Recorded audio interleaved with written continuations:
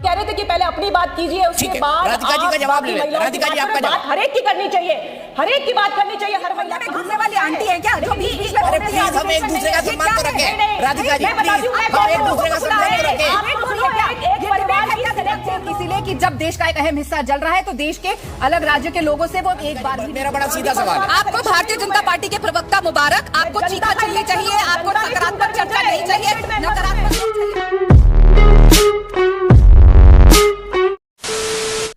नमस्कार दोस्तों, स्वागत है आपका एक और नए जोरदार धमाकेदार डिबेट वीडियो में।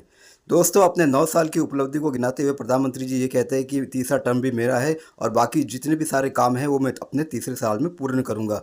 तो दोस्तों, विपक्षियों का तो आप जानते हैं प्रधानमंत्री मोदी जी जो भी करते हैं बस विपक्षियों का काम रहता है उनका विरोध करना। तो दोस्तों, प्रधानमंत्री मोदी जी ने यही कहा कि ये विपक्षियाँ जो है ये विरोध ही करते रहेंगे, इनका काम है विरोध करना, लेकिन मैं अपने काम करते रहूँगा, मैं जनता के लिए अपने काम पूरे करूँगा। तो दोस्तों, इस डिबेट में आप देखोगे कि अपनी अपनी पार्टी को दोनों प्रवक्ता डिफेंड कर रहे हैं। राधिका खेड़ा है कांग्रेस पार्टी की तरफ से और राखी राठौड़ है बीजेपी की तरफ से। लेकिन दोस्तों, डिबेट में ऐसा होता है कि राधिका खेड़ा है जो ये इतनी चिढ़ जाती है राखी राठौड़ की बातों से, ये डिबेट को छोड़कर भागने लग जाती है और भाग जाती है, फिर वापस आती है, फिर डिबेट करती है। लेकिन दोस्तों, इन्होंने अपनी बेइज्जती तो करानी थी और करा ही ली। तो दोस्तों, डिबेट पूरा देखिए, आपको बहुत ही आनंद आएगा। तो चलिए शुरू करते हैं डिबेट वीडियो। Let's start. क्योंकि फितरत ऐसी होती है कि वो अच्छे काम को रोकने की और टोकने की कोशिश करते हैं। उन्होंने उदाहरण दिया, सेंट्रल विस्टा का आपने विरोध किया, कर्तव्य पथ का विरोध किया, आईटीपीओ के इस कॉम्प्लेक्स का विरोध किया, बाकी भी कई चीजों का विरोध किया। क्या कहेंगे आप? दीपक जी, आजाद इंडिया के सबसे डरपोक प्रधानमंत्री आज इस देश में शासन कर रहे हैं। डरपोक इसीलिए क्योंकि आज तक 9 साल के अपने शासन में उन्होंने एक भी प्रेस वार्ता नहीं करी, एक बार भी मीडिया से बिना फिक्स क्वेश्चन के, बिना टेलीप्रॉम्प्टर के चर्चा नहीं करी, लाइव एक भी प्रेस वार्ता नहीं करी जहां आप जैसे पत्रकार उनसे सीधे सीधे लाइव शो पे सवाल पूछे और वो जवाब दे। इतने डरपोक प्रधानमंत्री जो इस देश के, जब हमारे 8 प्रधानमंत्री नहीं है यहाँ पर, मैं इनके बीच में नहीं बोली हूँ, मैं इनके बीच में नहीं बोली हूँ दीपक जी। अच्छा दीपक जी, कह लीजिए उनको अपनी बात। मैं आपके सवाल का जवाब दे रही हूँ, मैं भारतीय जनता पार्टी के प्रवक्ता का सवाल नहीं दे रही, जवाब नहीं दे रही। डरपोक इसीलिए, फिर बोलूंगी, आजाद इंडिया में देश को सबसे फिर आप इनको पहले चुप करा लीजिए दीपक जी, वरना मैं छोड़ के राखी जी, अगर इन्होंने पूरा शो में बोलना है तो ये तरीका नहीं है। चुप है, आई एम सॉरी। इस तरीके की इतना हड़बड़ाहट क्यों है? इनको डर लग रही है आप? दीपक जी, मैं किसी के बीच में नहीं बोलती हूँ, इस महिला को चुप करा दीजिए। अच्छा, हम आपस में एक दूसरे का सम्मान रखें प्लीज। म्यूट कर दीजिए। हम आपस में एक दूसरे का सम्मान रखें राधिका जी। मैं आपको राधिका जी कह रहा हूँ, राखी जी कह रहा हूँ, हम आपस में एक दूसरे का सम्मान करें। मैं बोल रही हूँ महिला, तो सम्मान तब भी होगा दीपक जी अगर ये मेरे बीच में नहीं बोलेंगे। बेसिक एटिकेट्स है। वापस से शुरुआत करते हैं और मुझे पूरा टाइम दिया जाएगा, अब 0 से शुरू करिएगा। इस आजाद इंडिया के सबसे डरपोक प्रधानमंत्री आज इस देश का शासन कर रहे हैं। डरपोक इसलिए क्योंकि 9 साल में एक भी मीडिया से प्रेस वार्ता नहीं करी। 9 साल में हमारे किसानों जब अपने अनशन पे बैठे थे, जब किसान बाहर बैठे थे कोरोना के समय पे, 800 से ज्यादा किसान शहीद हो गए, लेकिन प्रधानमंत्री जी एक शब्द नहीं बोले। डरपोक इसीलिए कि जब देश का एक अहम हिस्सा जल रहा है तो देश के अलग राज्य के लोगों से वो एक बार भी नहीं बोलना चाहते। जब सुप्रीम कोर्ट ने बीच में टिप्पणी करी तो नए नए कपड़े पहन के, चमकदार नए नए स्टाइल वाले पहन के आ गए और 36 सेकेंड जो प्रदेश 3 महीने से जल रहा था उसको सिर्फ 36 सेकंड दिए, नाटक किया और घड़ियाली आंसू बहाए। डरपोक प्रधानमंत्री जो कोई बिल अगर लेकर आते हैं, जो जिन लोगों के लिए बिल लाते हैं उनसे चर्चा नहीं करना चाहते। डरपोक प्रधानमंत्री जो इस देश की ऑपोजिशन के साथ चर्चा नहीं करना चाहते, आके किसी मुद्दे पे नहीं बोलना चाहते, सिर्फ पीठ पीछे कहीं पे भी जाके खुद की वाह भाई एक तानाशाह की तरह काम करते हैं। आज अगर वो इस तरीके की बात कर रहे हैं, मैं नहीं समझती इससे ज्यादा नकारात्मक कोई आदमी हो सकता है। जब देश के एक हिस्से में, मणिपुर में ऐसे हालात है जहां पे महिलाओं को नवस्त्र कर नग्न कर ऐसे चलाया जा रहा है, देश का प्रधानमंत्री चुप रहता है, देश का गृह मंत्री चुप रहता है, खुद को चौकीदार कह देते हैं, लेकिन उस चौकीदार की निगरानी में क्या हुआ? मणिपुर जला। मणिपुर में महिलाओं को घर से निकाल के क्या किया गया वो हम सबने देखा। पूर्व सैनिक अपनी बीवी को नहीं बचा पाए, आके वीडियो पे कहा, इनके खुद के एमएलए आके कहते हैं कि प्रधानमंत्री मुझे लग रहा है कि आप डबल टाइम देंगे मुझे बात करने का। मैं पूरा वक्त दूंगा आपको, पूरा वक्त दिया जाएगा। दीपक जी, ये क्या हो रहा है? मैं किसी के बीच में बोली, इनके समय में कोई नहीं बोला। कुछ है नहीं दीपक जी। नव शिक्षा प्रवक्ता को पैसे बुलाएंगे, आप बताइए ना कहां कमियां है। मैं बता रही हूं, मेरे पास लंबे लिस्ट है प्रधानमंत्री मोदी जी का मोनोलॉग। मणिपुर की बात तो चर्चा करनी चाहिए दीपक जी। मणिपुर में तो दीपक स्थिति है ना वैसी राजस्थान में है। मैं आपको एक तस्वीर शाउटिंग मैच चाहते हैं, तस्वीर दिखाती हूं मैं आपको। अच्छा, मैं दोनों से कर, देखिए मैं बीच में फंस गया हूँ। आप दोनों महिलाएं, आप दोनों झगड़ लेंगी, बीच में मैं फंसा रहूंगा, इसलिए राखी जी रुक जाइए, आपको पूरा वक्त मिलेगा। राधिका जी कंक्लूड करिए आप। आज कांग्रेस पार्टी के लोग शहीद पर मणिपुर की महिलाओं को न्याय दिलाने के लिए खड़े थे और यहां की लोकल महिलाओं ने कहा कि पहले हमें न्याय दिला दीजिए, पहले हमारा न्याय कर दीजिए। यही बात इनकी विधायक भी कह रही है, यही बात इनके मंत्री। अच्छा राखी जी उनको कंक्लूड करने दीजिए, मैं आपके पास आऊंगा। राधिका जी, आपको नहीं चाहिए, नहीं चाहते कि मैं छोड़ के चली जाती हूँ। आप कांग्रेस को मत बुलाइए आगे से, अगर आप नहीं बोलने देंगे। मैं किसी के बीच में नहीं बोली। मेरा सवाल, आपने मुझसे सवाल किया, मैं उसका जवाब दे रही हूँ। मैं यहाँ पे इनके सवालों का जवाब देने नहीं आ रही और फिर मैं बोल रही हूँ, अगर आप चाहते हैं इतनी रिस्पेक्ट और इतनी तमीज इनको होनी चाहिए, जब कोई बीच में बोल रहा हो तो बीच में नहीं बोला जाता है।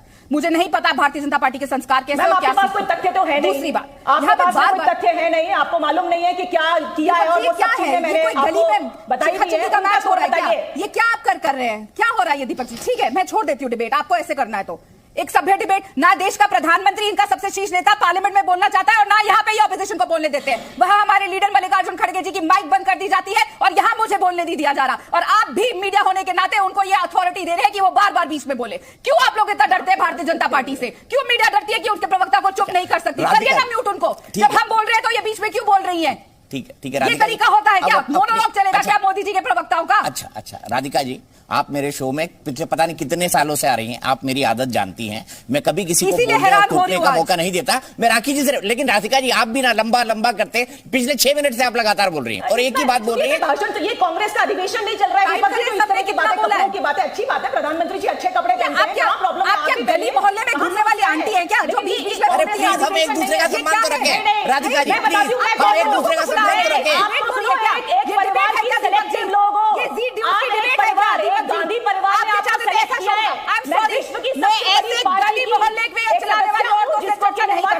आपको तथ्यों पे बहस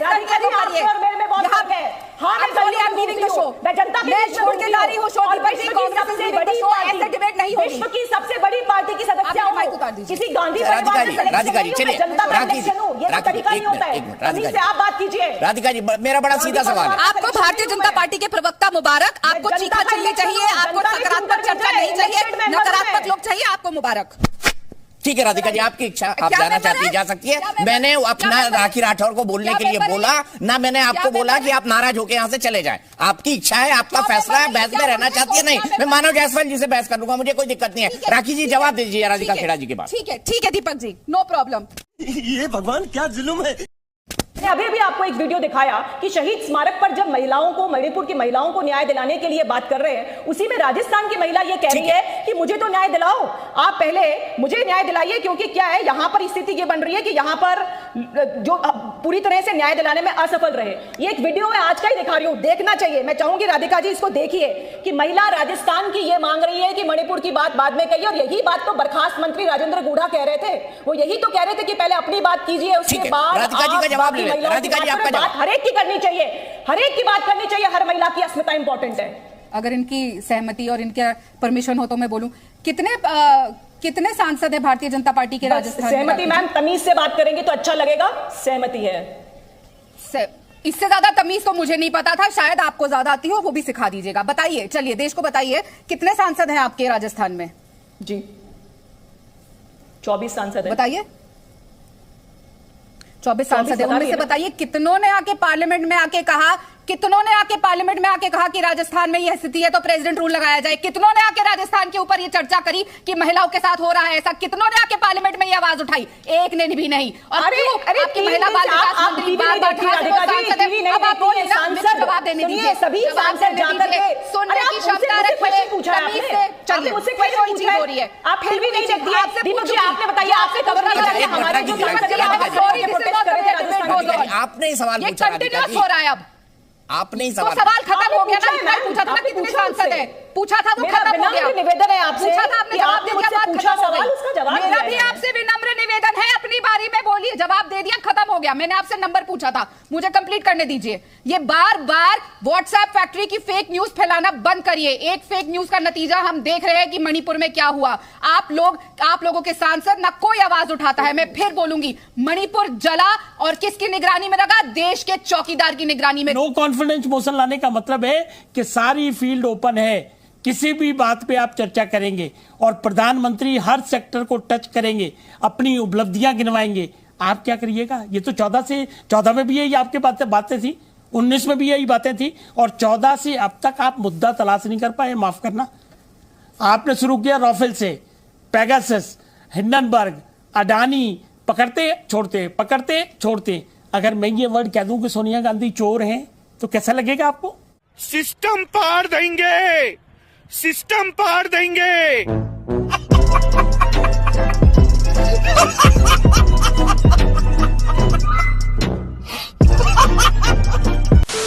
तो दोस्तों डिबेट हो गई खत्म, वीडियो हो गई पूरी। उम्मीद करता हूं दोस्तों ये डिबेट वीडियो आपको पसंद आई होगी। तो दोस्तों आपने शुरू से, जब से प्रधानमंत्री मोदी जी पीएम बने तब से आपने देखा होगा प्रधानमंत्री मोदी जी जो भी कार्य करते हैं, हम देशवासियों के लिए वो काम अच्छा ही होता है, लेकिन इन विपक्षियों के लिए वो काम बुरा होता है। क्यों? क्योंकि इनको अपनी वोट बैंक खिसकती हुई नजर आ रही है, इनको अपनी जमीन खिसकती हुई नजर आ रही है, और ये हमेशा विरोध करते रहते हैं। तो दोस्तों प्रधानमंत्री मोदी जी तीसरे टर्म में भी आने वाले हैं और वो अपना काम पूरा करके ही जाएंगे, और ये ऐसे ही चिल्लाते रहेंगे। तो दोस्तों उम्मीद करता हूँ ये डिबेट वीडियो आपको अवश्य पसंद आई होगी। अगर ये डिबेट वीडियो कंटेंट मेरा काम आपको पसंद आया तो दोस्तों चैनल भी सब्सक्राइब करते जरूर जाएंगे। मिलता हूँ आपसे अगले वीडियो में, तब तक के लिए जय हिंद, वंदे मातरम।